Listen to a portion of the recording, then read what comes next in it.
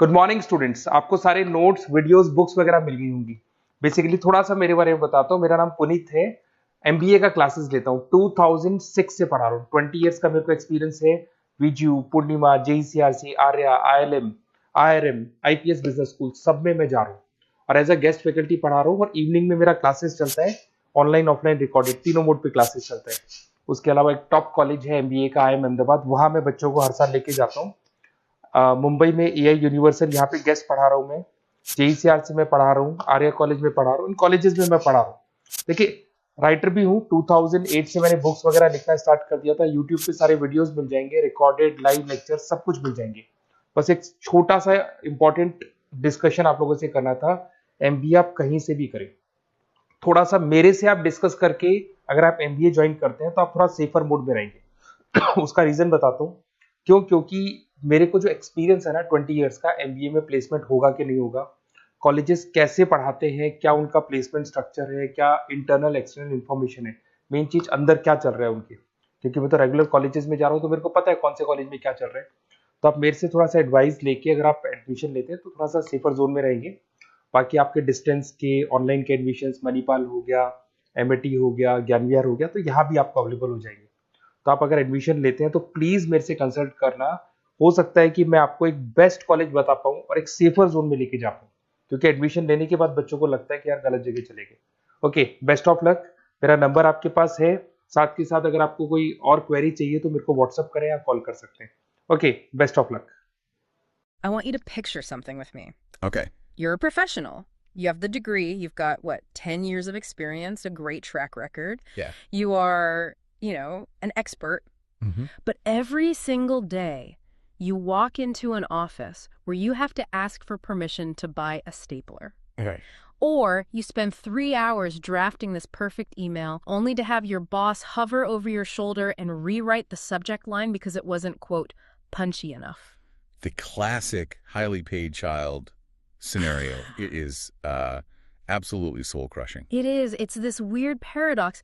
Companies pay a premium for talent, and then they spend all their energy putting that talent in a straitjacket. Yeah. But then you hear about these other places, the unicorn companies, the ones where the boss walks in and says, here's the mountain we need to climb, here's the gear, you figure out the route, I trust you. That is the dream. But it's also where a lot of managers, I think, break out in a cold sweat. Yeah. It sounds like chaos to them. Exactly. And that is what we are unpacking today. We are doing a deep dive into a text called The Architecture of Employee Empowerment. And that word architecture is so important. I wanted to stick on that for a second because usually when we hear empowerment, it sounds so fluffy. Right. It sounds like a motivational poster with a cat hanging from a branch. Hang in there. Totally. Believe in yourself. It's become such a buzzword. It's almost lost all meaning. Yeah. Corporate speak for we're going to be nicer to you. Mm-hmm. But the text we're looking at today argues that true empowerment isn't a vibe. It's a mechanical, structural shift. It's engineering, not cheerleading. So our mission today is to figure out how to build that machine. We want to move beyond the buzzword and, look at the nuts and bolts. Yeah. How do we actually get to a place where an employee can say, I matter and my decisions count, without the whole company burning to the ground? And that is the key tension, isn't it? How do you distribute power without losing control? Because that's what we're talking about. The source defines employee empowerment very specifically.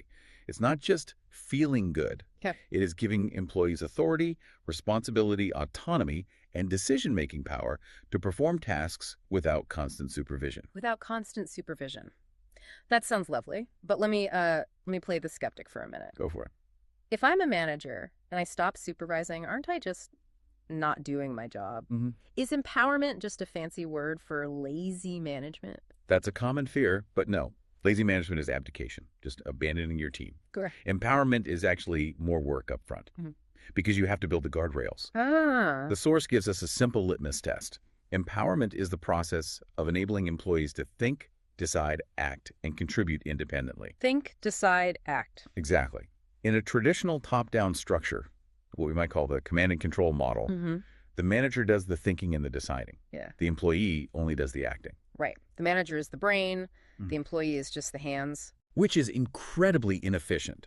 If you treat people like robots, you get robot results. You get compliance, but you don't get engagement. I see. The shift to a decentralized model means pushing the thinking and deciding down to the people who are actually doing the work. Okay, let's look at the mechanics of this then. The source outlines the features of empowerment. First one is delegation of authority. Right. Now, I have to ask, how is this different from just assigning tasks? Like, I tell my intern to go get coffee. Have I empowered him? No, you just run an errand.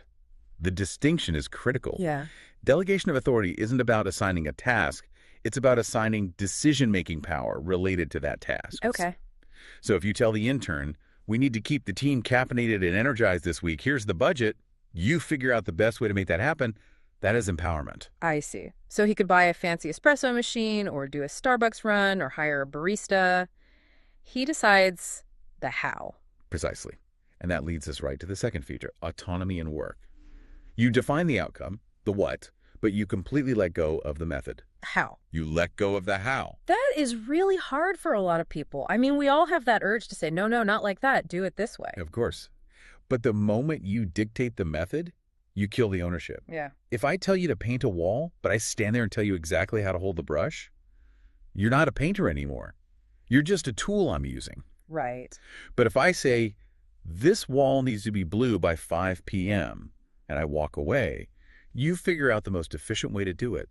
You might find a better way than I ever would have. Okay, but here is where it gets messy. And Yeah. the source actually flags this as a huge failure point. Mm-hmm. You can't just say, you decide, and walk away if the person doesn't have the tools to decide. We need to talk about the critical enablers. Yes, access to information and resources. This is where most empowerment initiatives die on the vine, right? Absolutely. You see this all the time. Management says, we want you to make decisions to help the customer. But then they keep the budget data secret.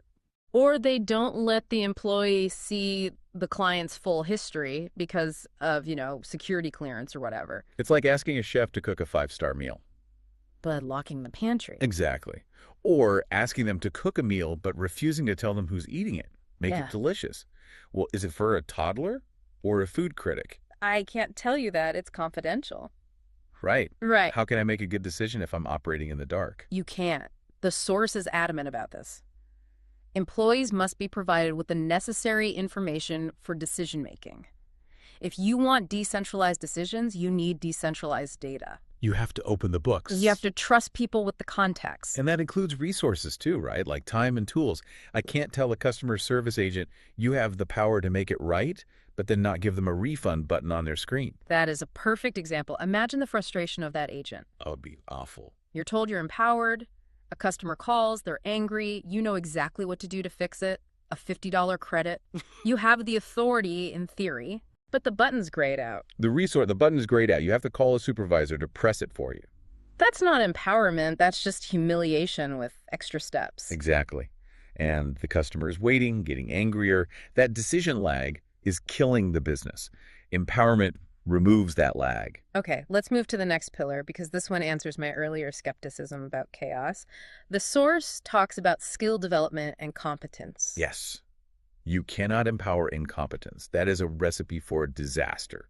So if I just hand the keys to the Ferrari to a teenager who's never driven, that's not empowerment, that's negligence. Correct. The source highlights that training is completely non-negotiable. If you're going to give people authority, you have to invest in their ability to wield it. This is that upfront cost you mentioned. It is. You have to mentor, you have to train, you have to shadow. And this is interesting because I feel like a lot of companies view training as a perk. We'll send you to a conference as a treat. Right. But in this architecture, training isn't a treat. It's a structural necessity. It's the foundation. If you don't build competence, you can't build trust. And if you don't have trust, you can't grant autonomy. It's all connected. You are building a machine where the parts are human beings. You need those parts to be high quality and, well-oiled. Okay, so we have authority, autonomy, resources, and competence. But there's one more piece of the puzzle that the source calls the trade-off. And this is the part that usually makes employees nervous. Accountability. It's a scary word. It is the other side of the coin. The source says, employees are responsible for their actions and outcomes. You cannot have the authority to decide without the responsibility for the result. So if I choose the route up the mountain and we get lost, I can't blame the boss. No, you own it. And that is what turns a child into an adult in the workplace. Mm-hmm. When you own the outcome, you care about the outcome differently. How so? Well, in a micromanaged environment, if the project fails, the employee thinks, well, I just did what the boss told me to do. It's his fault. I was just following orders. Exactly. That mindset kills quality. But if you decided how to do it and it fails, you lose sleep over it. But, and this is the flip side, if it succeeds, you get the glory, you get the pride of saying, I built that. So we've got the structure, but let's play devil's advocate again. This sounds like a lot of work. It is. I have to open my books. I have to train everyone. I have to set up these accountability structures. Why bother? Why not just tell people what to do? It's faster to just give orders, isn't it? In the short term, maybe. But the source breaks down the why into two categories, human objectives and organizational benefits. And the organizational side is where the business case becomes undeniable. Okay, let's look at that. The text mentions efficiency, but earlier you said this takes more time to set up. How is it more efficient? Think about that decision lag with the refund button. In a top-down organization, a decision might have to travel up 3 layers of management. Supervisor, manager, director. Right, and that might take 3 days. In an empowered organization, the decision is made in 3 minutes by the person standing next to the problem. So you strip out all the bureaucracy. You remove the bottleneck. The manager ceases to be the bottleneck for every single action. That makes the whole organization move faster. It makes you agile. If a competitor changes their pricing or a client has a crisis, you don't need to call a board meeting. Your team just reacts. That makes sense. Speed of execution. What about the other benefits? The source mentions innovation. This is huge. Who knows the problems better? The CEO in the corner office on the 50th floor, or the person working on the assembly line? The person on the line, they see the glitches every single day. Exactly. If you empower that person to participate in decision-making, they're going to say, hey, if we just turn this wrench a different way, we save 20 minutes. Right. Innovation rarely comes from the top down. It bubbles up from the bottom, but only if you let it. Participation in decision-making encourages creativity. It's basically crowdsourcing solutions from your own workforce. Yes. And that leads to the human benefit, which is retention. The source notes that empowerment reduces employee turnover. And turnover is incredibly expensive. It's a budget killer. Recruiting, onboarding, lost productivity. And why do people leave? People usually don't leave because of the work. They leave because of the lack of agency. They feel like cogs. When you empower someone, you are telling them, I trust you. That builds loyalty. People stay where they are trusted. It goes back to that morale boost. The text says it makes employees feel valued and important. And that's not just warm and fuzzy feelings. That's psychological safety. When you feel valued, you work harder. You care more. You aren't just punching a clock. You're building something together. Exactly. Okay, so we've made the case, but I want to bring this back to reality for our listeners, because I'm sure there are people listening who are thinking, my boss says I'm empowered, but it doesn't feel like it. Where managers thinking, I tried this and it blew up in my face. Yeah. It usually blows up because one of the 5 pillars is missing. We should probably recap those as a sort of checklist. Okay, let's run through the architecture checklist. Number 1 is authority. The structural power to make a decision. Not a suggestion box, but actual voting rights on your own work. Number 2, responsibility. Accountability. You have to own the wins and the losses. No passing the buck. Number 3, resources. This is the gas in the tank. Information, data, tools, budget, and time. If you withhold these, you are setting your people up to fail. Number 4, competence. Skills. Training. You have to teach them how to drive before you toss them the keys. This is where most managers get lazy. Okay. They want the result without the investment in training. And number 5, the glue that holds it all together, trust. Management's confidence in the team. And frankly, the team's confidence in management. It goes both ways. You have to believe they can do it, and they have to believe you have their back if things get rocky. That last point is crucial, if things get rocky. Because if I make a decision and it's the wrong one, and you immediately scream at me and take away my authority, then you never really had trust. You had conditional tolerance. Real empowerment means letting people fail sometimes, as long as the failure isn't catastrophic, so they can learn. If you punish every mistake, people will stop making decisions. they'll revert to safe mode. Exactly. They'll start asking you for permission again. And you're right back to being the bottleneck. You're the bottleneck. So let's zoom out. What does this mean for the listener? If I'm a manager, this sounds like I need to do a serious audit of my style. You do.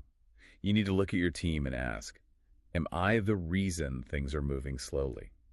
If everyone is waiting on you to approve an email, you aren't a leader, you're a roadblock. You need to start building that competence in your team so you can step back. And if I'm an employee? If you're an employee, you need to ask for this architecture. Don't just ask for a raise, ask for autonomy. But, and here's the catch, you have to be willing to take the accountability that comes with it. Right. You have to go to your boss and say, I want to own this project. I want the authority to make the calls. And I promise you, I will deliver the result. That's a bold move. It is. Yeah. But that is how you advance your career. Yeah. You show that you could be a driver, not just a passenger. I love that analogy, moving from passenger to driver. It changes everything. Before we wrap up, I want to leave our listeners with a provocative thought, something to chew on. We've talked about these pillars: authority, responsibility, resources, competence, trust. And we've talked about how companies love to claim they are empowered. They do. It's on every website. But I want you to look at your own workplace. Or, if you're a boss, look at your own team. If you claim to empower people, but you cut the training budget. Or if you claim to trust people, but you lock down all the data. Then you are engaging in a deception. Right. So the question is, are you actually empowering your people? Or are you just abandoning them without a map and blaming them when they get lost? That is the question. Empowerment without resources is just setting people up to fail. A heavy thought, but a necessary one. If you want the innovation, you have to build the architecture. That's all for our deep dive today. Thanks for listening.